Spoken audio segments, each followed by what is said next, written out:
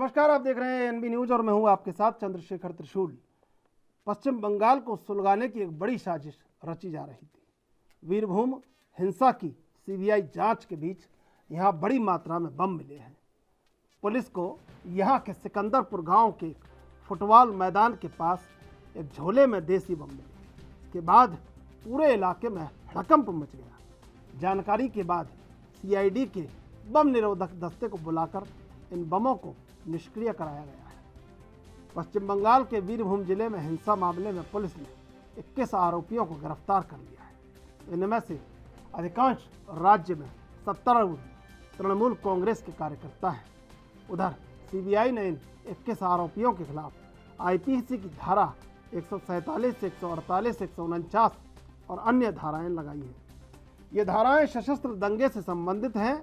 दरअसल वीरभूम जिले के बागतुई गांव में 8 लोगों को जिंदा जलाए जाने की घटना के बाद शुक्रवार को कलकत्ता हाई कोर्ट ने सीबीआई जांच के आदेश दिए। इससे दबाव में आई ममता सरकार ने पुलिस को ताबड़तोड़ गिरफ्तारी का आदेश दिया था। बीते 72 घंटे में पुलिस ने 21 लोगों को गिरफ्तार किया है। आपको बता दें कि ममता बनर्जी की पार्टी तृणमूल कांग्रेस 2011 में बंगाल की सत्ता में आई थी। उसके बाद से यह सत्तारूढ़ पार्टी के कार्यकर्ताओं की अब तक की सबसे बड़ी गिरफ्तारी है। पुलिस ने टीएमसी के उप प्रधान भादु शेख की हत्या के मामले में भी एक आरोपी को गिरफ्तार किया। शेख की हत्या के बदले के तहत ही यह हिंसा भड़की थी, जिसमें 8 लोगों को जिंदा जला दिया गया था और कुल 10 लोग इस हिंसा में मौत के घाट उतार दिए गए।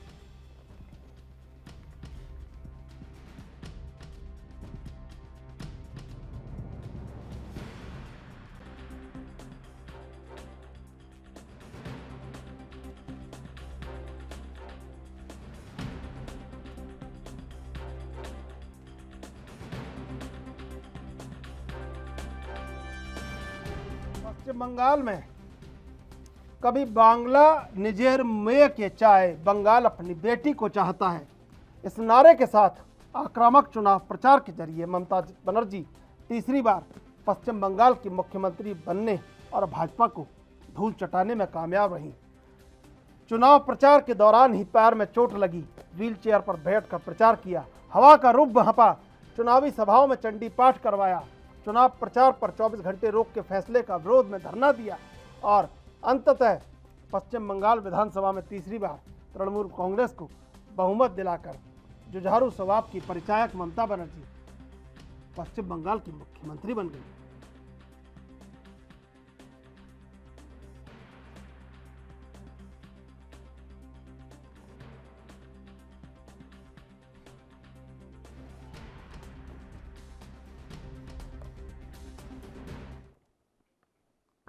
और आज इस मुद्दे पर चर्चा करेंगे। हमारे साथ इस समय मौजूद है आनंद सवरिया, बीजेपी से नेता। आपका स्वागत है एनबी न्यूज पर। आनंद जी, बंगाल जिस तरह जल रहा है और बंगाल जिस तरह हिंसा में उलझा हुआ है, उससे लगता नहीं है कि जो वहाँ पर वाम सरकार थी उस समय जो होता था बिल्कुल वैसा का वैसा ही हो रहा है, सिर्फ सरकार बदली है, काम सब वही हो रहे हैं। और क्या बड़ा कारण है कि बीजेपी वहाँ पर इतने विधायकों के साथ मौजूद है, लेकिन फिर भी अब जो एक बड़ा रोल बचाने के लिए जनता को सामने आना चाहिए वो नहीं आ पा रहा है और ये सब काम राज्यपाल को करना पड़ रहा है। ये भी एक बात है। बिल्कुल चंद्रशेखर जी, आपने आज बहुत ही, मैं आपको बधाई देता हूँ कि आपने एक बड़ा जलता हुआ मुद्दा उठाया कि वेस्ट बंगाल कोई सिर्फ सरकार बदली है, हालात नहीं बदले। मैं आपके ध्यान में लाना चाहता हूँ कि जो भी देशद्रोही लोग हैं, जो भी देशद्रोही तत्व हैं, वो कभी भी नहीं चाहते कि उस इलाके में डेवलपमेंट, इलाके में शांति हो हैं और उसकी जो गवर्नमेंट वहाँ पे है उसके ऊपर वो गवर्नमेंट के ऊपर आता है। और यहाँ पे जो लोकल जो गवर्नमेंट है वेस्ट बंगाल में, ममता दीदी आपको दुर्गा कहती रही हैं,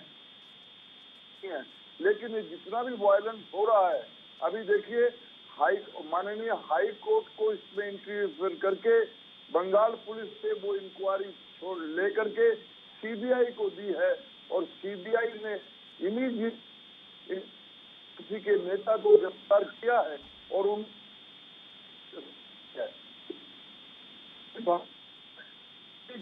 किसी हालत में भी वो नहीं कि भारत और वेस्ट बंगाल मेन डेवलपमेंट में आ जाए। मैं ये कहना चाहती कि हम लोग करके अब इतने नंबर और हमारी तो यही इच्छा है और यही सब मोदी जी के नेतृत्व में राष्ट्रीय के नेपाल भी के वेस्ट बंगाल भी बाकी हिंदुस्तान के हिस्सों की तरह ही आगे आगे बढ़ता जाए और हरेक कोई हिंसा का जवाब धीरे धीरे करते तो देंगे। क्या हालात हो गया है गवर्नमेंट का कि देखिए 12 आदमी जला दिए गए, पोस्टमार्टम वहां पे उनको जलाने से पीटा है और उनकी हड्डियां तोड़ दी गई हैं और इसमें लगन है टीएमसी के कार्यकर्ता उसके बीच में है। ये गवर्नमेंट इन चीज इनको कर्म करने में क्या हुआ, 2 अफसरों को सस्पेंड कर दिया, उनको पता नहीं था। आज की जो साइट है वहाँ पे चंद्रशेखर जी 30 क्रूड बम मिले हैं। तो ये क्या दिखाना चाह रहे हैं कि वो बंगाल है आग भड़कती रहे और बंगाल मतलब देखिए इसका बॉर्डर बड़ा पोरस है और के साथ लगता हुआ तो ममता भी चाहती है कि ये बंगाल इसी तरह से जलता रहे और मेन स्ट्रीम में ना आए। मोमेंट ये मेन स्ट्रीम में आएगा कि चुने रह जाए। आनंद सवारिया जी मुख्य विपक्षी दल हैं बीजेपी, वहां पर चुनाव हुए तो बीजेपी के कार्यकर्ताओं को मारा गया, पीटा गया और अब लोग वहां पर मर रहे हैं। सवाल आपसे यह है कि विपक्षी दल की भूमिका के नाते बीजेपी का आखिर कर क्या रही है? क्या वहां पर आप जैसे पूरे देश में आंदोलन करते आए हैं, जैसे धरना प्रदर्शन करते आए हैं, जैसे कहीं ना कहीं हट करके तमाम चीज़ों को मनवाते आए हैं, क्या बंगाल में बीजेपी का रोल नहीं होना चाहिए? बिल्कुल चंद्रशेखर जी, बिल्कुल बीजेपी का रोल है और बीजेपी का रोल ऐसे हैं कि जो आग जल रही है उसमें और घी ना डाला जाए। जिस तरह से गवर्नमेंट की फेलियर वहां पे हो रही है, हमारी असम ने हमारे जब माननीय राज्यपाल का उसमें हमारे सारे अपोजिशन के नेता हैं, मतलब हमारे वहाँ जो एमएलए हैं, उन्होंने पूरे ये जो चुनाव की जो हिस्सा में मेरे कार्यकर्ताओं का सैकड़ों कार्यकर्ता की थी वो और यहाँ तक से ममता बनर्जी की तो आदत है, एक बार आपको ऑफिसर के ऊपर एक्शन लिया गया था सीबीआई के द्वारा, चीफ मिनिस्टर होते हुए और धरने पे बैठ गई थी। हमारे माननीय राज्यपाल जी को तो वो कुछ खबर ही नहीं बताते क्या हो रहा है। राज्यपाल जी को पूछना पड़ता है ये चीजें। तो भारतीय जनता पार्टी के नुमाइंदे भारतीय जनता के कार्यकर्ता को बड़े और आप इत्मीनान रखिए, भारतीय जनता पार्टी वेस्ट बंगाल को जलने नहीं देगी। कितने ही एंटी कर ले टीएमसी वाले लोग, इनके अपने मुद्दे हैं। अब तो ये अप्रूव हो होटल से मानना पड़ेगा ममता बनर्जी जी। आई ठीक है, ठीक है आनंद जी, मैं आऊँगा आपके पास। सुमित मेहरोत्रा तृणमूल कांग्रेस से प्रवक्ता हमारे साथ जुड़ चुके हैं। सुमित जी, स्वागत आपका एनबी न्यूज पर। सुमित जी, एक शेर आपको सुना देते हैं कि कुछ उम्मीदों से ज़्यादा कुछ कम निकलता है, जहां ढूंढो वहां गम निकलता है और लोग कांटों से बच के चलते हैं। आजकल फूलों में बम निकलता है, लेकिन बम फूलों में नहीं निकल रहा है, बम बंगाल में निकल रहा है और इस कदर निकल रहा है झोला भर भर के कि लोकतंत्र शर्मसार हो रहा है और लोकतंत्र बार बार चीख चीख के पूछ रहा है कि क्या नागरिकों की सुरक्षा महज मजाक हो गई है।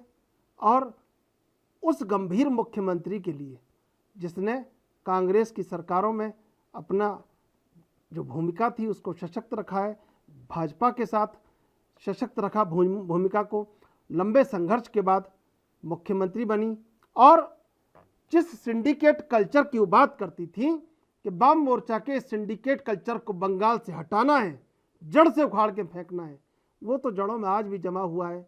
और जब झोला झोला भर के बम मिल रहे हैं तो क्या समझें कि सिर्फ महज ये एक मुख्यमंत्री बनने की कवायद थी और कुछ नहीं था। त्रिशूल भाई, देखिए आपने एक उदाहरण बहुत अच्छा दिया शेर के माध्यम से। तो ये बहुत अच्छी बात है कि अगर आज हमारे वहां पे आप देखिए कि सबसे पहले नंदीग्राम, ठीक, उसके बाद आपका अभी 4 ही हैं कि किस तरीके से माननीय ममता दीदी ने वहां पे जो जिनके घर जले थे उन्हें किस तरीके से सुरक्षा देने का, उनका पूरा इंतजाम करने का, सरकारी नौकरियां देने का उन्हें काम करा है। और जो आरोपी था, मैंने आपके चैनल पे ये कहा था, आपको शायद ध्यान होगा कि वो किसी भी पार्टी का हो, किसी भी दल का हो, उसे बख्शा नहीं जाएगा। आज उसे जेल में डाल दिया गया है। हमारे भारतीय जनता पार्टी के प्रवक्ता साहब बैठे हैं, तो इन्होंने भी बहुत अच्छी बात कही कि आज बम मिल रहे हैं। अरे बम मिल रहे हैं, जो कोई भी होगा बम मिलने में उसे बख्शा नहीं जाएगा। बम मिल रहे हैं, बम किसी के घर में नहीं फटे हैं। बहुत अच्छी बात है कि प्रशासन ने वहां पे सूझबूझ से जो बम थे उन्हें निष्क्रिय कर दिया। और आने वाले समय में पुलिस और जागरूक हो रही है कि भैया ये बम आ कहां से रहे हैं, कम से कम हम लोग ढूंढ तो रहे, इसमें कर तो रहे। और इनके आप देखिए जम्मू कश्मीर के अंदर, ये लोग बात करते हैं बंगाल की, जम्मू कश्मीर के अंदर हमारे 44 जवानों को शहीद कर देते हैं। आरडीएक्स कहां से आता है, अभी तक कोई जांच नहीं हो रही है, और आप आरोप लगाते हैं बंगाल के अंदर। बड़ी शर्म की बात है। बंगाल पे आप इन्हें केवल, दरअसल में त्रिशूल भाई, जब से चुनाव वहां पे हुआ है, भारतीय जनता पार्टी के 77 विधायक आए हैं चुन करके, इन लोगों ने कितना जनता के लिए काम करा है दिख रहा है। जब कोई मुद्दा होता है ये लोग सड़कों पे बैठ जाते हैं कि भाई आज ये बम मिल गया। आप लोग करिए, आप लोग विपक्ष में है, करिए, आप लोग विपक्ष में ही रहेंगे, पर हमारी वहां पे माननीय ममता दीदी काम कर रही हैं और सभी के लिए काम कर रही हैं। जलने नहीं देंगी, जिस तरीके से आप लोग आग में घी डालने का काम करते हैं भारतीय जनता पार्टी के लोग, सब जने जानते हैं। पर हम लोग काम करें। आज महंगाई बढ़ती चली जा रही है, इसके ऊपर कोई बात नहीं करेगा।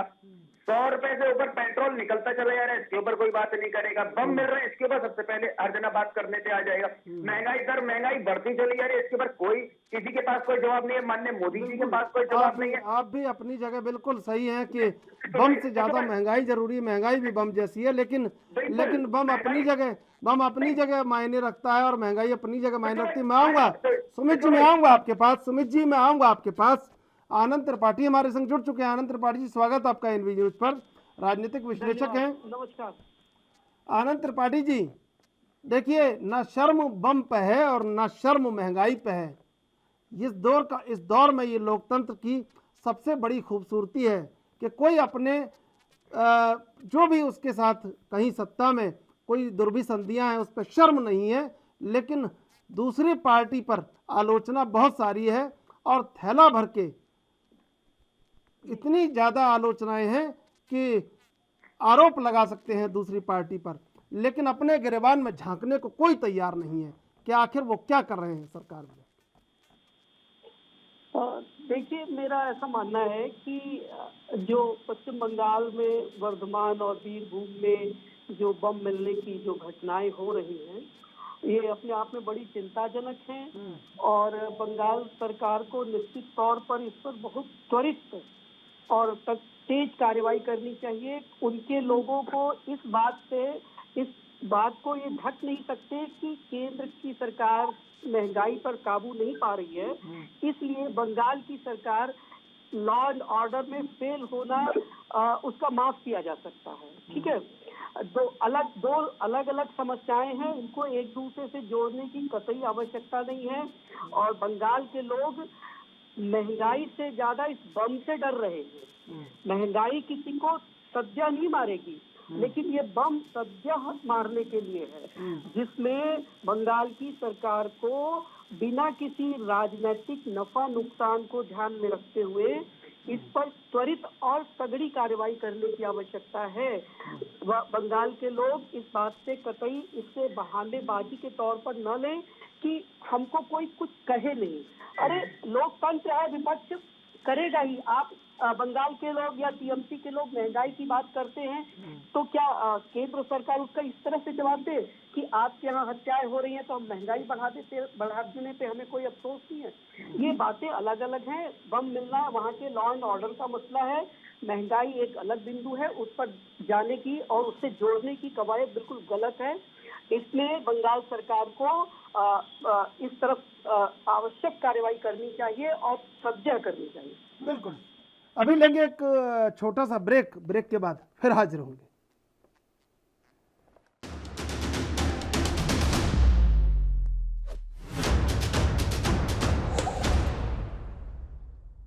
चलेंगे मेहमानों के पास।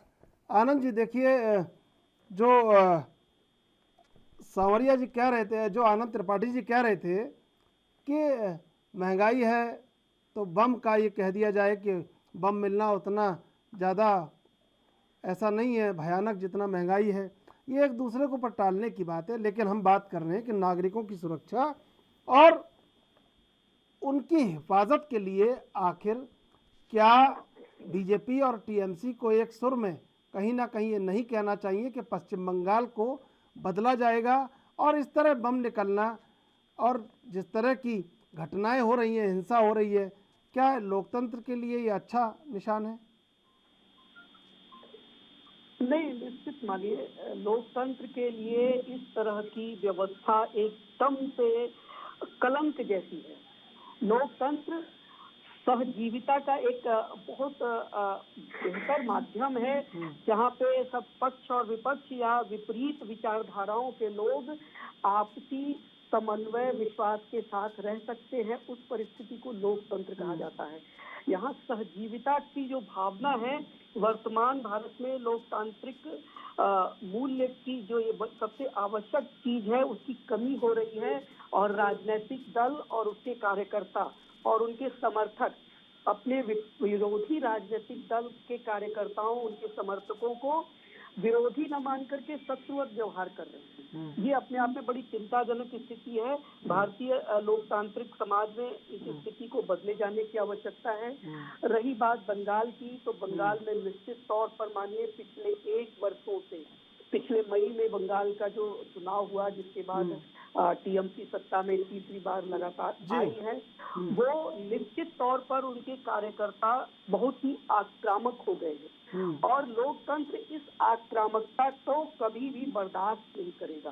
देश के अन्य राज्यों में भी लोग कई बार सत्ता में आई है पार्टी, क्षेत्रीय पार्टियां, लेकिन उनके कार्यकर्ता इस तरह से आक्रामक नहीं होते जिस तरीके से बंगाल में टीएमसी के कार्यकर्ता आक्रामक हो गए। बड़ी आश्चर्य की बात है कि ममता बनर्जी 20 साल जिन वामपंथियों से लड़ती रही और यही कहती रही लगातार कि वो विरोधी को शत्रु मान रहे हैं। और कई बार ममता बनर्जी ने संसद में अपनी बातों कहते हुए कहा है कि मुझे बुरी तरीके से पीटा वामपंथी लोगों ने, वामपंथी कार्यकर्ताओं ने, वहाँ के पुलिस ने प्रताड़ित किया। अब उसी स्थिति में टीएमसी के लोग आ गए, मतलब कि वामपंथी गए तो उनका चाल चरित्र चेहरा टीएमसी के लोगों ने अपना लिया। ये बड़े दुख की बात। आज पूरे देश में एक क्लियर मैसेज है कि बंगाल में अपने राजनीतिक विरोधियों को बर्दाश्त करने की क्षमता नहीं बची। ये अपने आप में बहुत खराब बात है, चाहे वो टॉप लेवल का कार्यकर्ता हो टीएमसी का या निचले लेवल का कार्यकर्ता हो। वीरभूमि में जो कुछ हुआ वो अपने आप में एक शर्मनाक घटना है और उस घटना के बाद लगातार बदले की कार्रवाई चल रही है, जबकि सीबीआई जांच हो रही है कोर्ट से देख रेख में प्रत्यक्ष हस्तक्षेप से। उसके बाद भी इस तरह से वहाँ की पुलिस और वहाँ की सरकार इस पर काबू नहीं पा रही है। ये निश्चित तौर पर 2 स्थितियों में खराब है। एक तो बंगाल के भविष्य के लिए खराब है और दूसरा बंगाल के लोगों के लिए तो उनका भविष्य तो अंधकार में दिख रहा है। ऐसी स्थितियों में मैं ये नहीं कहता कि टीएमसी कोई बहुत चीजों को संभाल नहीं सकती, लेकिन मुझे ऐसा लगता है कि टीएमसी जिस तरीके से संभालना चाहती है उससे चीजें बनने की बजाय बिगड़ रही। ठीक है सुमित जी, देखिए जो मूल निष्कर्ष है ये है कि पूरे देश में ये घटना जब जाती है, चर्चा होती है, तो इसको बड़े बड़े औद्योगिक जो व्यक्ति हैं वो भी देखते होंगे, उद्योगपति सुनते होंगे इसको, बड़े बड़े लोग, छोटे बड़े सारे लोग इसको सुनते होंगे। तो क्या आपका क्या प्रभाव जा रहा है? ममता बनर्जी बड़ी परिपक्व नेता हैं और उन्होंने कहा था शुरुआती दौर में, आनंद त्रिपाठी भी कह रहे थे कि सिंडिकेट कल्चर का विरोध किया था और सिंगूर और नंदीग्राम से जो आंदोलन उठ खड़ा हुआ था उसको लेके सत्ता में आई। लेकिन अब एक परिपक्व दौर हो चुका है ममता बनर्जी के मुख्यमंत्रित्व काल का, तो क्या लगता है कि ये सफाई नहीं होनी चाहिए बंगाल में जो इस तरह की गंदगी देखने को मिल रही है? बिल्कुल बिल्कुल सफाई होगी, बिल्कुल सफाई होगी। जिस तरीके से भारतीय जनता पार्टी वहां पे खेल खेल रही है, आपको शायद ध्यान होगा बिहार चुनाव चल रहे थे और हमारे माननीय मोदी जी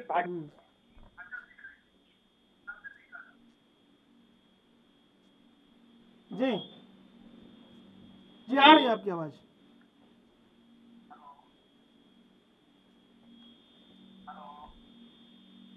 आनंद संवरिया जी, आनंद संवरिया जी, बार बार टीएमसी कहती है कि बीजेपी खेल खेल रही है, बीजेपी खेल खेल रही है।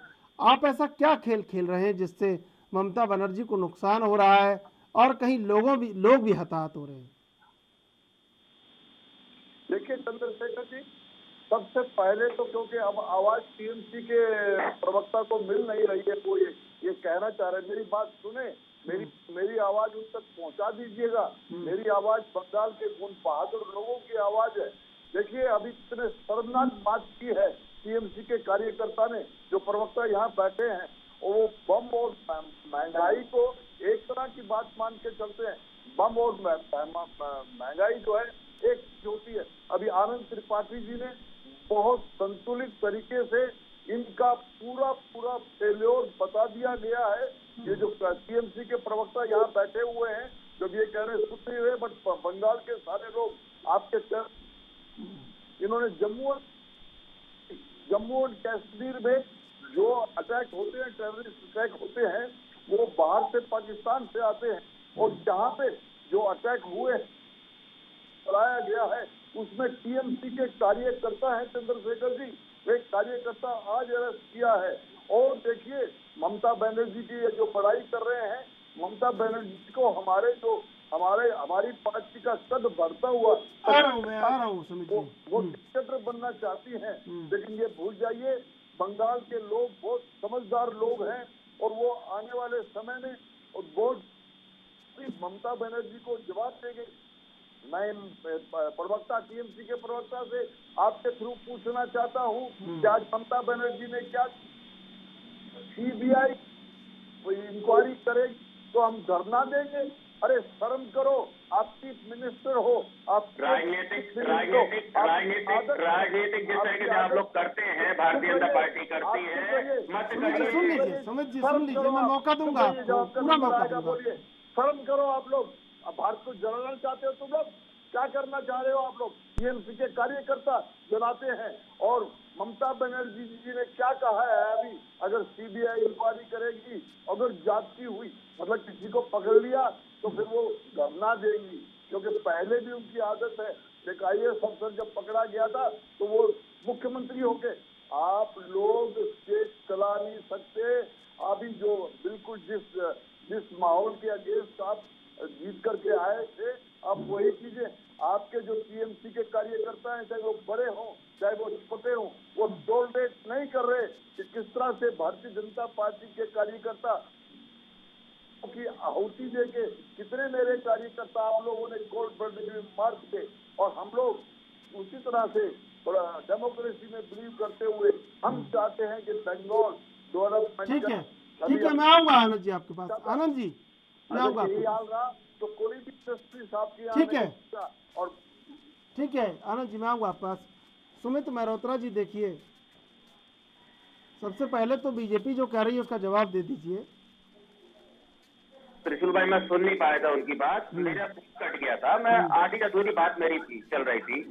मैं ये कह रहा था, जिस तरीके से सबने देखा है बिहार के अंदर माननीय मोदी जी भाषण दे रहे और सामने बम फट रहा था, तो क्या ये लोग वहाँ चुनी हुई सरकार को बदनाम करने के लिए जिस तरीके से आज बम मिले हैं, बम ला करके लोग खुद डाल रहे हैं, ये कब तक खेल खेलेंगे? आप लोगों को जितना बदनाम कर रहा है कर लीजिए, आप लोग पनप नहीं पाएंगे। आप लोग देश चलाइए, महंगाई को कम करिए, पर आप लोग करेंगे नहीं। और हमारे आनंद जी जिस तरीके से कह रहे थे कि सीबीआई, अरे भाई सब जानते हैं सीबीआई ईडी किसका तोता है, किसके चेहरे पे निकलता है जब चुनाव आते। अरे आनंद जी, जब चुनाव आते हैं तो सीबीआई का डंडा निकल आता है।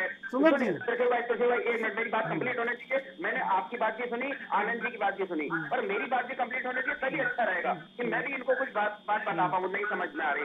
और जिस तरीके से बम की बातें करते हैं, सबने देखा है कि हमारे विधानसभा चुनाव चल रहे थे और भारतीय जनता पार्टी के नेताओं ने रेलवे के ऊपर, रेलवे सेंट्रल में आता है, रेलवे के उस पर जाकर के हमारे मंत्री के ऊपर बम से हमला करा था। सबने देखा है, हमारे भी कार्यकर्ता शहीद हुए हैं बंगाल के अंदर आपके बम से, आप लोगों ने बम मारे हैं, तो इसको भी जनता नहीं भूली है, ना भूलेगी। और आपकी जो जिस तरीके से बंगाल को लेकर के एक थ्योरी चल रही है ना, वहां पे जनता सब जानती है कौन हमारा हितैषी है कौन नहीं है, तो इस चीज को आप भूल जाइए। वहां पे माननीय ममता दीदी बहुत अच्छे से काम कर रही हैं और आगे भी करती रहेंगी बंगाल के लिए। बंगाल को हमें सुधारना है अच्छे से, ना कि जलाना है। हम जलने नहीं देंगे भारतीय जनता पार्टी की आग में, आप देख लीजिएगा। आप लोग कितनी भी कोशिश कर लिए बदनाम करने की, पर जनता आपको कभी माफ नहीं करेगी। ठीक है। आनंद त्रिपाठी जी, जी आनंद त्रिपाठी जी, देखिए राज्यपाल जो कर रहे हैं वो संवैधानिक मर्यादा का पालन नहीं है, और जो मुख्यमंत्री कर रही हैं वो राजधर्म का पालन नहीं है, और जो बीजेपी कर रही है वो विपक्ष का पालन नहीं है। लेकिन इन सब के बीच में जनता बेचारी घरों में जलने को मजबूर है, असुरक्षा से ग्रसित है, और उसके लिए आगे कोई रास्ता इस कदर खुला हुआ नहीं है कि उसको ये महसूस हो कि हम जिस जनादेश को देने के लिए वोट देते हैं और कहीं निर्वाचन पेटियों तक कहीं पहुंचते हैं, उसका कोई अधिकार उनको नहीं मिल रहा है। और इन्हीं सब के बीच में ये चल रहा है कि पश्चिम बंगाल में कल क्या हो जाए ये पता नहीं। देखिए, मेरा ऐसा मानना है कि किसी भी राज्य में राज्यपाल की भूमिका और प्रतिपक्ष की भूमिका एक सीमित दायरे में होती है। उस राज्य को संभालने, शांति व्यवस्था कायम करने, वहाँ के विकास को सुचारू रूप से चलाने। आनंद त्रिपाठी जी, मैं आपका जवाब लूंगा, लेकिन इससे पहले लेंगे एक छोटा सा ब्रेक। ब्रेक के बाद फिर हाजिर होंगे।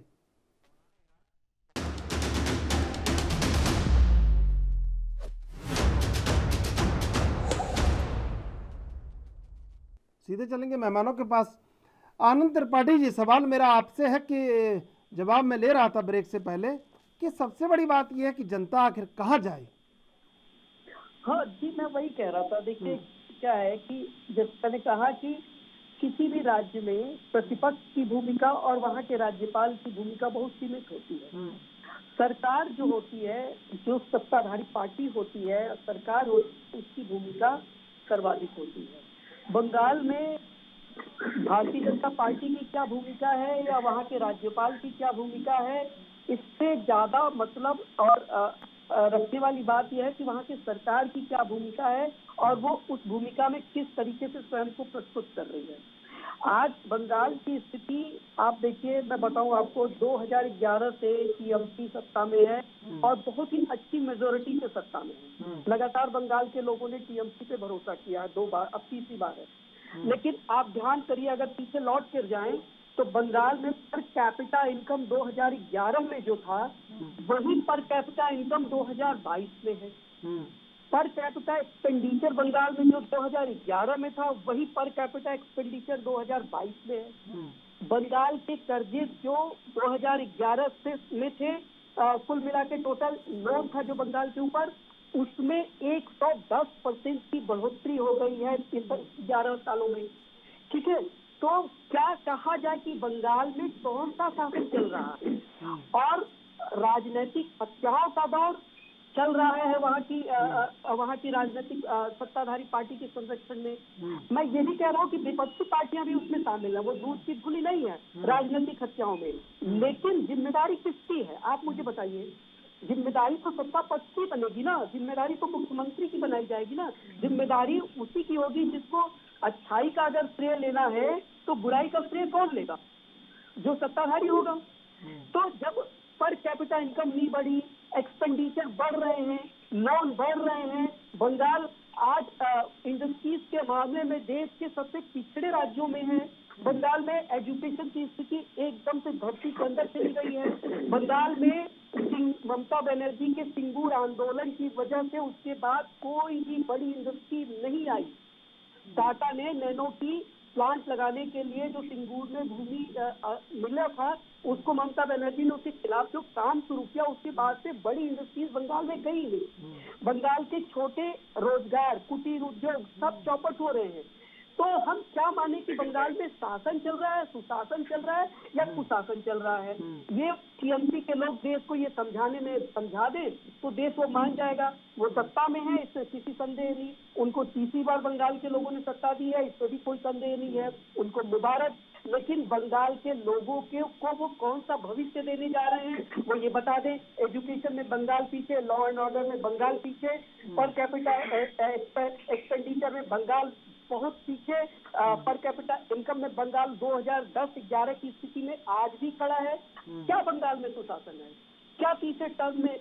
ये सिर्फ बहानेबाजी अलग बात है, लेकिन जब इन स्केल पर कसा जाएगा कि शासन के जो कुछ मानदंड हैं कि उनमें वो कहाँ जा रहे हैं, बंगाल कहाँ जा रहा है, किस दिशा में जा रहा है, तो सामने नजर आता है कि बंगाल बिल्कुल रुका हुआ है, बंगाल कहीं नहीं जा रहा है। एक समय वो भी था जब कम्युनिस्टों के आने के पहले 1977 के पहले बंगाल इस देश का सबसे बेहतर इंडस्ट्रीज वाला राज्य हुआ था।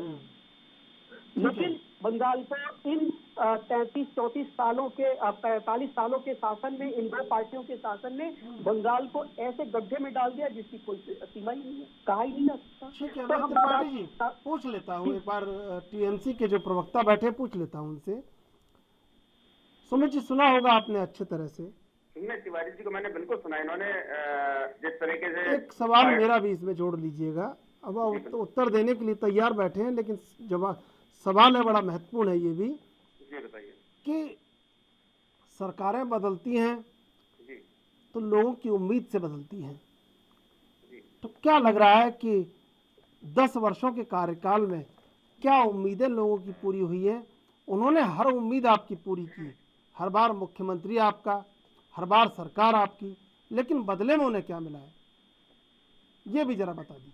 त्रिशूल भाई, जिस तरीके से आप कह रहे हैं कि 10 साल की सत्ता, 10 साल का राज करने के बाद आज तीसरी बार जिस तरीके से वहाँ की जनता ने ममता दीदी के ऊपर विश्वास जताया है, मैंडेट दिया है, तो पिछली बार जो सीटें आई थी 211 थी, इस बार 215 सीटें आई, पड़ोस में आई हैं। तो कहीं ना कहीं उनको मालूम है कि हाँ, हमारे लिए ममता दीदी बेस्ट है, अच्छा काम कर रही है, जनता के लिए काम कर रही है। इन्होंने जो वादे करे थे, चाहे किसान के ऊपर वादा करा हो, जो इनका बकाया धनराशि देने की, वो दे दिया। एजुकेशन लोन के ऊपर बात हो, एजुकेशन बच्चों के ऊपर बात हो, वो दे दिया। जो छोटी छोटी चीजें हैं आप उठा के देखेंगे तो हम लोगों ने वो सब बातें करे हैं। और भारतीय जनता पार्टी आज कहती है, उन्होंने कहा था कि 2022 तक हम किसानों की आय दुगनी कर देंगे। अब सुनिए एक सेकंड सुन लीजिए।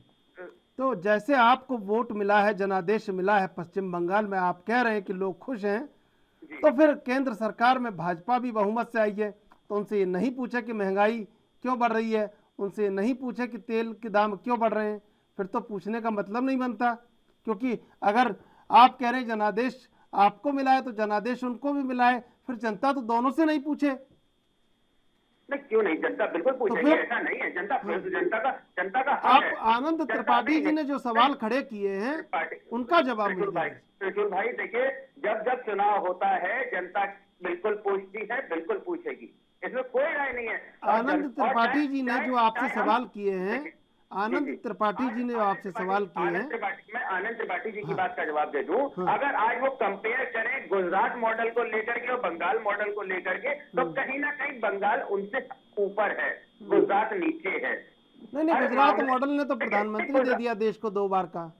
अरे त्रिशूल भाई, अगर यही गुजरात मॉडल था तो हमारे अमेरिका के आए थे राष्ट्रपति, तो उनको अपने विकास छुपाना पड़ा था, क्योंकि झोपड़ियां छुपानी पड़ी थी, सबने ये देखा कितना है। जायज है, ये आपका आरोप कितना जायज है इस बात के लिए कि बंगाल में जो हो रहा है, बंगाल में जो हो रहा है उसको आप उस टेंट से छुपा रहे हैं जो 6 साल पहले कोई प्रधानमंत्री, कोई राष्ट्रपति आया था। बताइए आप।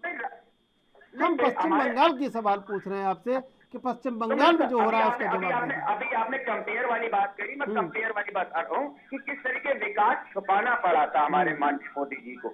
मुझे आनंद त्रिपाठी जी ने जो पूछा है वो सवालों का जवाब। नहीं, मैं बिल्कुल उनकी बात पे भी आऊंगा, उनकी बात का जवाब दूंगा। अगर आज वो कंपेयर करें कि किसी भी प्रदेश, चाहे उत्तर प्रदेश, आज उत्तर प्रदेश में कितनी फैक्ट्रियां लगी हैं, गुजरात में कितनी फैक्ट्रियां लगी, आज सिंगूर की ये बात करते थे, सिंगूर में हमने जनता के हित के काम करा। अगर वो जमीन अधिग्रहण कर रहे थे, हमने उन्हें नहीं करने दिया। हम पहले जनता के हित की बात करते हैं, हम जो उद्योगपति हैं उनकी बात नहीं करते। आज देश के अंदर 2 लोग बेच रहे हैं, 2 लोग खरीद रहे हैं, हम उनकी बात अगर नहीं करें तो आप करेंगे, क्यों नहीं करेंगे? तब हम करेंगे। 2 लोग बेच रहे हैं, 2 लोग खरीदने वाले हैं देश के अंदर। आप बताइए कितना काम हुआ देश के अंदर। अरे सर, देश को तो चलने दीजिए। आनंद त्रिपाठी जी जो आपसे सवाल पूछ रहे थे कि कहाँ 10 सालों में पश्चिम बंगाल में क्या हुआ है, ये बता दीजिए। सुमित जी, आप प्रबुद्ध वक्ता हैं, पार्टी का पक्ष रखते हैं, थोड़ा तो जानते होंगे सब चीजों को। बिल्कुल जानते हैं, ऐसा नहीं है कि काम नहीं हुआ है, काम हुआ है, तभी तीसरी बार जब बताइए क्या हुआ है काम। अब आप 32 साल का राज जो था, 32 साल सीपीएम ने, गवर्नमेंट ने करा, और यही हमारे माननीय मोदी जी से जब गए थे 2014 के बाद बंगाल में, तो खुशी इन्होंने कहा था मंच से खड़े होकर कि माननीय ममता दीदी ये गड्ढे भरने का काम कर रही है जो पिछली गवर्नमेंट करके गई है, तो समय लगेगा, अच्छा काम हो रहा है, ऐसा नहीं है नहीं हो रहा है। पर आज आप केवल एक ही आरोप के ऊपर कि वो वहां पर दंगे हो रहे हैं, आरोप बनाते हैं एकदम, तो वो भी सही नहीं है कि वहां पे बम मिल रहा है। अरे बम मिल रहा है, उसे हम पकड़ रहे हैं, उसे बंद भी कर रहे हैं, लोगों को बंद भी कर रहे हैं। आप देखिए वीरभूमि के अंदर जिस तरीके से जिस व्यक्ति के ऊपर भारतीय जनता पार्टी ने कहा उसे सरकार बचा रही है, हमने उसे तुरंत जेल में डाला, देर नहीं लगा, चाहे वो किसी पार्टी का हो, चाहे हमारी पार्टी का हुआ, कहीं का हुआ। हमने जितने लोग 8 घर जले थे, जितने लोग शहीद मरे थे, उन सभी को सरकारी नौकरी देने का काम करा। हमारे माननीय प्रधानमंत्री जी या देश के यशस्वी उत्तर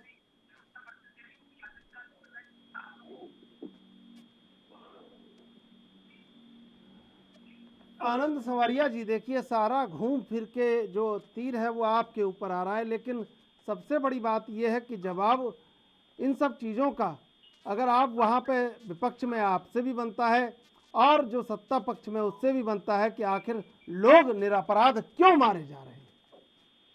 चंद्रशेखर जी, मेरी आवाज आ रही है? बिल्कुल आ रही है आपकी आवाज। और ठीक है चंद्रशेखर जी, मुझे तो बड़ा दुख कि टीएमसी के प्रवक्ता जो मेरे सामने बैठ करके इस वक्त बातें कर रहे हैं, चाहे वो आनंद त्रिपाठी जी सवाल पूछे, चाहे वो सवाल मैं पूछूं, तो ये क्या कर रहे हैं, कभी बिहार ले जा रहे हैं, कभी गुजरात ले जा रहे हैं, कभी वहाँ बॉर्डर पे ले जा रहे हैं, रेलवे ट्रैक। अरे आप अपना बताइए कि ममता दीदी के 10 साल का कुशासन होने के बाद इनकम, लोगों की इनकम वही की वही रह गई, एक्सपेंडिचर वही की वही रह गया। बड़ी बहादुरी से कह रहे थे कि फैक्ट्री लगाने में हमने, ममता दीदी ने आंदोलन करके रोक दिया, जनता का फायदा करने में रोका। मेरे भाई, जनता का फायदा तब होता है जब उसको खाना मिलेगा, रोजगार मिलेगा। वो फैक्ट्री वहाँ लगती तो लोगों को खाना पीना मिलता। आप लोगों को तो एक ही चीज आती है कि आप ही होना, आप लोगों की आदत है डिक्टेटर बनना। बस भारतवर्ष की जनता का जो नागरिक है वो आपको जड़ से खत्म कर देगा। आप 2 बार जीत करके आ गए हैं और जैसे जीत करके आए हैं, जो टेरर का माहौल आपने पैदा किया था, टेरर का माहौल हमने नहीं बनाया। आनंद जी गलत बात। टेरर का माहौल आज पूरे देश में आप लोगों ने बना रखा है, डिक्टेटरशिप चल रही है, डिक्टेटरशिप चल रही है। ममता दीदी ड्रामा करके, पैर टकरा करके, पत्थर पे पैर टकरा करके, खेला होवे खेला हुए पट्टी बांध के चोट लगी है। आप लोगों ने मरवाना चाहते थे कि किस तरीके से इनके पैर में चोट और लगे, भयंकर लगे, चुनाव प्रचार न कर पाए, पर उन्होंने हिम्मत नहीं हारी उन्होंने चुनाव प्रचार करा अपनी जनता के लिए, और जनता ने भी देखा कि हाँ किस तरीके से भारतीय जनता पार्टी के गुंडे वहाँ पे बंगाल के अंदर चुनाव में क्या कर रहे हैं। सबने देखा है भारतीय जनता पार्टी के गुंडों को। अरे आनंद जी आप भारतीय जनता पार्टी के गुंडे किस तरीके से वहाँ पे क्या कर रहे हैं सब जानते हैं। मूर्तियां तोड़ते हैं आप लोग, अपने हिंदू भाइयों को मारते हैं, वहाँ पे गोली मारते हैं। आपका अर्जुन सिंह सांसद अपने लोगों को मारता है गोलियां। अरे आनंद जी पहले आप अपने यहाँ जाके शुभेंदु अधिकारी गुंडे को। चलिए मैं आप दोनों से जवाब लूंगा। चलिए आनंद जी सुमित जी मैं आप दोनों जवाब लूंगा। आनंद त्रिपाठी जी सुन रहे होंगे आप, यही जवाब है इनके पास। अब इन जवाबों के तरफ जनता को क्या उम्मीद होनी चाहिए कि क्या उसे मिलेगा? नहीं, देखिए मैं फिर वही कहूंगा कि देखिए राजनीतिक विरोध एक दूसरे का करना कोई बड़ी खराब बात नहीं मानता हूं मैं। ठीक है, राजनीतिक विरोधी है, अपनी अपनी बातें कहेंगे, लेकिन इसके बाद भी मैं टीएमसी से ये उम्मीद रखूंगा कि बंगाल में उनकी स्पष्ट तौर पर जिम्मेदारी सबसे ज्यादा है। टीएमसी के लोगों को इस बात को समझना चाहिए और ये समझने के बाद उस प्रकार से व्यवहार करना चाहिए। आज बंगाल सदमे में है। वहाँ जिस तरीके से जघन्यतम अपराध किया गया है, लोगों को घर में बंद करके मार पीट करके बंद करके उनको तब तक जलाया गया जब तक ये मान लिया गया कि वो जल करके भस्म नहीं हो गए। ये घृणितम अपराध है। लेकिन अगर वहाँ की राजनीतिक लोग उसकी जिम्मेदारी नहीं लेते हैं तो ये उससे भी ज्यादा कायरता और घृणास्पद स्थिति है। बंगाल के जो राजनीतिक लोग हैं, सत्ताधारी लोग हैं, उनको इसकी जिम्मेदारी लेनी चाहिए आगे बढ़ करके। और मैं ये नहीं कह रहा हूँ कि वो इस्तीफा दे दें ममता बनर्जी मुख्यमंत्री के पद से, लेकिन ममता बनर्जी इस दुर्व्यवस्था के खिलाफ काम करती हुई नजर आनी चाहिए। सबसे बड़ी समस्या ये देश देख रहा है कि टीएमसी और ममता बनर्जी इस घटना के अगेंस्ट में खड़ी है। इससे ऐसा लगता है कि जैसे वो बचाव में खड़े हैं, वो लड़ रहे हैं। जो लोग उनकी विरोध कर रहे हैं, उनकी इस घटना की मजम्मत कर रहे हैं, उनके विरोध में खड़े हो रहे हैं। घटना की मजम्मत करने को टीएमसी अपना मजम्मत मार रही है, ये बहुत गलत बात है। टीएमसी को ये समझना चाहिए और इस पूरी व्यवस्था में उसको ऐसा काम करते हुए नजर आना चाहिए कि वो लोगों देश का भरोसा जीते कि वो इस ऐसी दुर्व्यवस्था को समाप्त करके बंगाल को सुख और शांति की तरफ ले जाने में सक्षम है। ये दिखता हुआ नजर आना चाहिए, जो दिख नहीं रहा है। अगर ममता बनर्जी इतनी सक्षम होती, उनकी कार्रवाई त्वरित होती, तो बंगाल के हाई कोर्ट को क्यों आगे आना पड़ता? बंगाल का हाई कोर्ट इस परिस्थिति में आगे आया क्योंकि उसे लगा कि वहाँ की जो राजनीतिक व्यवस्था है वो ऐसे मामलों को संभाल पाने में अक्षम नजर आ रही है, तो बंगाल हाई कोर्ट इस वजह से आगे आया। अब ममता बनर्जी को इसमें भी समस्या नजर आ रही है, टीएमसी को इसमें भी। बिल्कुल, मैं जवाब ले लेता हूँ आनंद त्रिपाठी जी, लेकिन जवाब लेने से पहले लेंगे एक छोटा सा ब्रेक के बाद फिर हाजिर होंगे।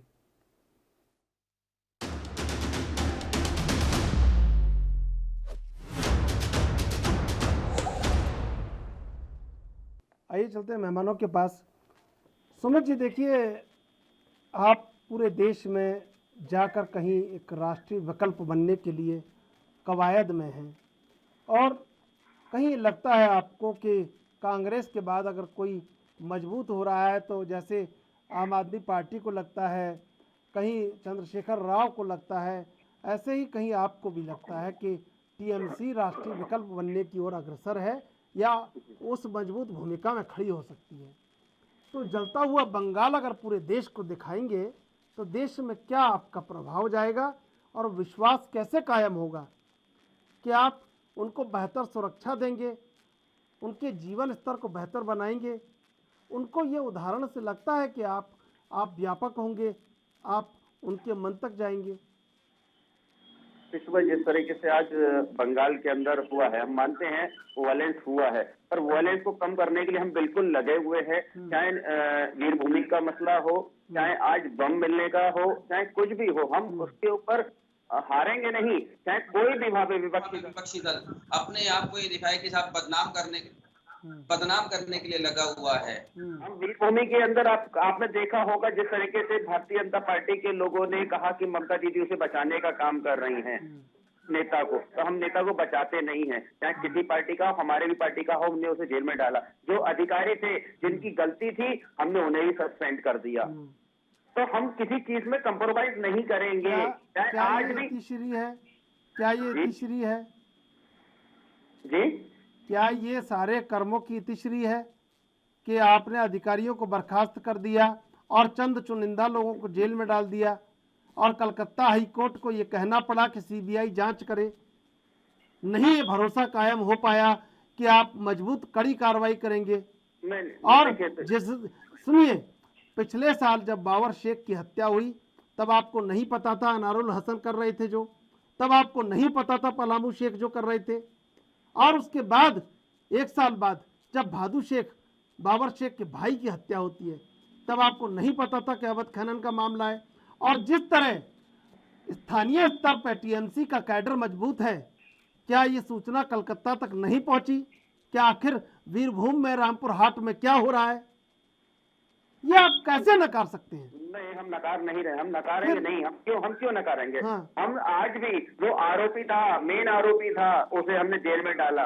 क्या माननीय मोदी जी जिस 700 किसानों के ऊपर जिन्होंने गाड़ी चलाई, जिन्होंने लखीमपुर खीरी के अंदर लोगों को मारा, क्या वो आरोपी को आज तक उन्होंने जेल में डाला? नहीं डाला। हम लोग कार्रवाई करते हैं, ये लोग कार्रवाई नहीं करते हैं। और दूसरी बात, नादिया में जो हुआ, पार्षद को दौड़ा दौड़ा के मारा गया, वो सही है?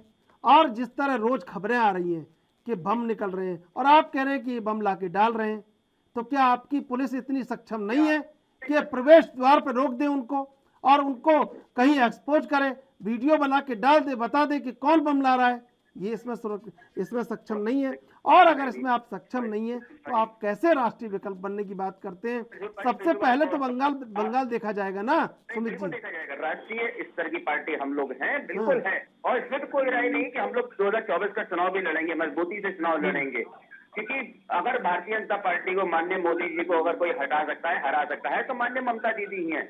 देखिए एक ईमानदार लेडी है, चुनाव जहां होगा वो ईमानदारी पे होगा। आज जिस तरीके से हो रहा है, क्या आपने नहीं देखा गोधरा कांड क्या हुआ, गुजरात के अंदर किस तरीके से क्या हुआ? अरे अब आप अभी वर्तमान मैं भी उसी बात पे आ रहा हूँ। क्या देखिए, जब चुनाव होगा उसके अलग मुद्दे होंगे। गोधरा कांड हुआ था, ठीक है, गोधरा कांड हुआ, लोगों को इतने लोगों को जलाया गया, ट्रेन में जलाया गया, सबने देखा, सारी चीज देखा।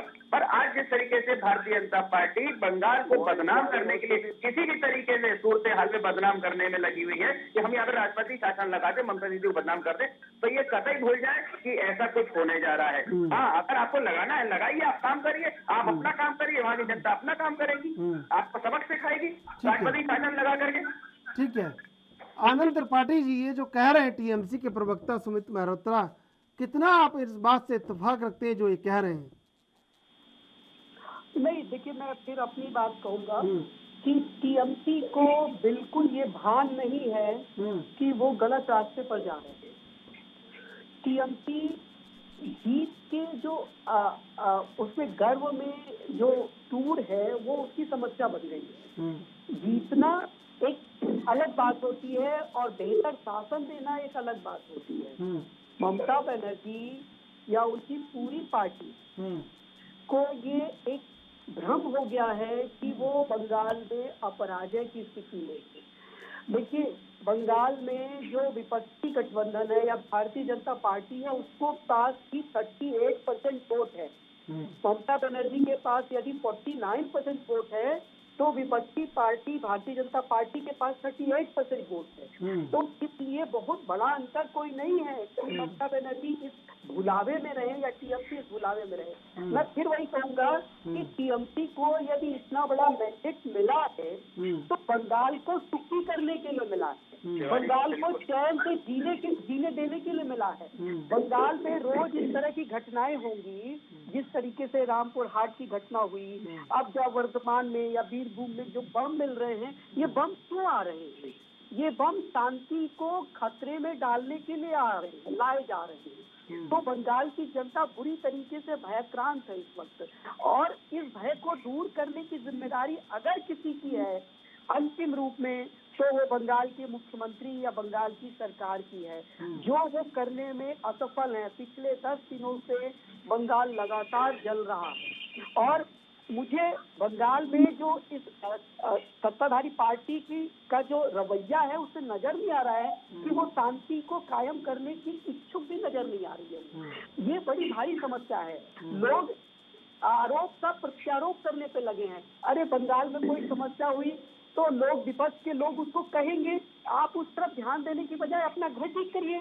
कोई कह नहीं सकता आप गुजरात में क्या हो रहा है, उत्तर प्रदेश में क्या हो रहा है, जम्मू कश्मीर में क्या हो रहा है, बिहार में क्या हो रहा है, तमिलनाडु में क्या हो रहा है, इससे क्या मतलब है आपको? आप बंगाल से मतलब रखिए अभी, और बंगाल अगर ठीक कर लेंगे तो अपने आप बिहार में आपको सीटें मिलेंगी, आसाम में सीटें मिलेंगी, त्रिपुरा में सीटें मिलेंगी। लेकिन अगर बंगाल नहीं ठीक करेंगे, बंगाल जलता रहेगा, तो एक दिन टीएमसी जल जाएगी उसमें। हम जलने नहीं देंगे, जलने नहीं देंगे। अरे जल रहा है भाई, जल रहा है। नहीं तिवारी जी जिस तरीके से बात, जुबान चलाने से बात नहीं, जुबान चलाने से नहीं, काम हो रहा है, काम हो रहा है। अब आप देखिए, काम एकदम बम मिल रहे हैं, गोलियां चल रही हैं, नेताओं को मार रहे हैं। अरे आपके लोग आनंद जी जिस तरीके से बंगाल में काम कर रहे हैं, लोगों को मारने का काम कर रहे हैं आपके लोग। अर्जुन सिंह के क्षेत्र में, अर्जुन सिंह के क्षेत्र आप जानते हैं, अर्जुन सिंह सांसद है आपके वहाँ का, पता नहीं था ना ये अर्जुन सिंह गुंडा जो सांसद है आपके वहाँ का। इनकी ममता बनर्जी भी जवाब दे सकती। युवा सपना देख रही है, राष्ट्र का सपना देख रही है अपने बंगाल को। अभी देखिए, आनंद त्रिपाठी किसी पॉलिटिकल पार्टी के आदमी नहीं है, नहीं, उन्होंने पूरा बताया है कि ये तो करना नहीं चाहते। देखिए हाई कोर्ट को कितना इनके मुंह पे जो है स्लैप आया है कि हाई कोर्ट ने कहा। अरे कई बार आप लोगों को फटकार लगी है, कई बार हम किसी के काम में हस्तक्षेप नहीं करते हैं। आप लोगों को भी उत्तर प्रदेश में, गुजरात में हर जगह आपको फटकार लगी है, हर जगह आपको फटकार लगती है, बिहार में भी लगती है, बिहार में भी लगती है। बिहार का भी हाल बताइए, बिहार का भी हाल बताइए आनंद जी, बिहार का भी हाल बताइए।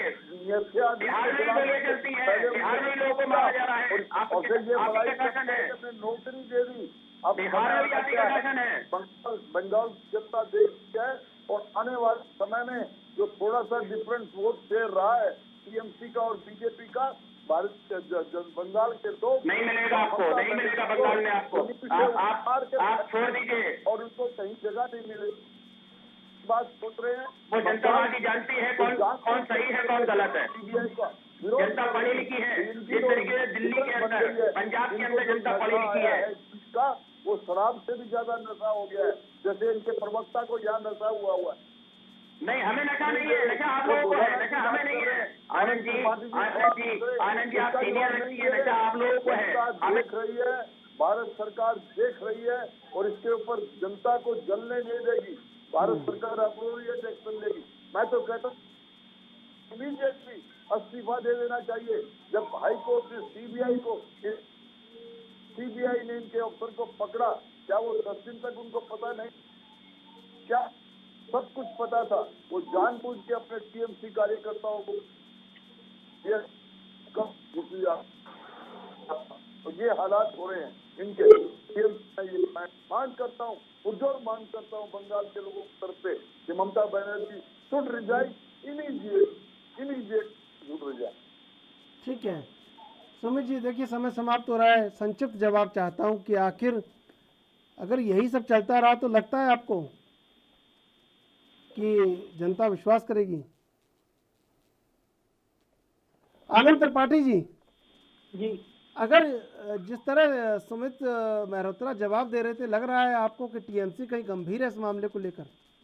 नहीं, मैं तो बार बार कह रहा हूँ कि टीएमसी का व्यवहार और रवैया, दो सारे व्यवहार और रवैया ऐसा है जो जिम्मेदारी लेने से बचने वाला है। तो जिम्मेदार राजनेता वहाँ की सरकार व्यवहार कर रही है, ममता बनर्जी व्यवहार नहीं कर रही है। जो बड़ी चिंता का विषय है। देखिए, मैं मानता हूँ कि कोई बड़ी दुर्घटना भी हो सकती है कभी कभी, बिल्कुल। लेकिन उस दुर्घटना के पश्चात जो उसको एक्शन या कार्रवाई होती है वो ये दर्शाती है कि वहाँ की राज्य सरकार उसको लेकर के क्या सोच रही है, क्या करना चाहती है। बिल्कुल, समय समाप्त हो रहा है। आनंद त्रिपाठी जी, सुमित मेहरोत्रा जी, आनंद संवारिया जी, आप तीनों का धन्यवाद डिबेट में जुड़ने के लिए।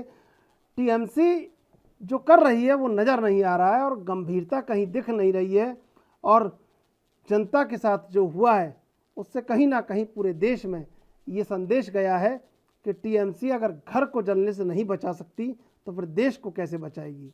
और शायद इसीलिए बीजेपी हमलावर है और बीजेपी जवाब मांग रही है, और कहीं ना कहीं हर एक इंसान जवाब मांगना चाहता है कि कैसे आपके राज्य में निर्ममता से इस तरह लोगों को जला दिया जाता है। बहरहाल, देश विदेश की ताज़ा तरीन खबरों के लिए आप देखते रहिए ANB न्यूज़।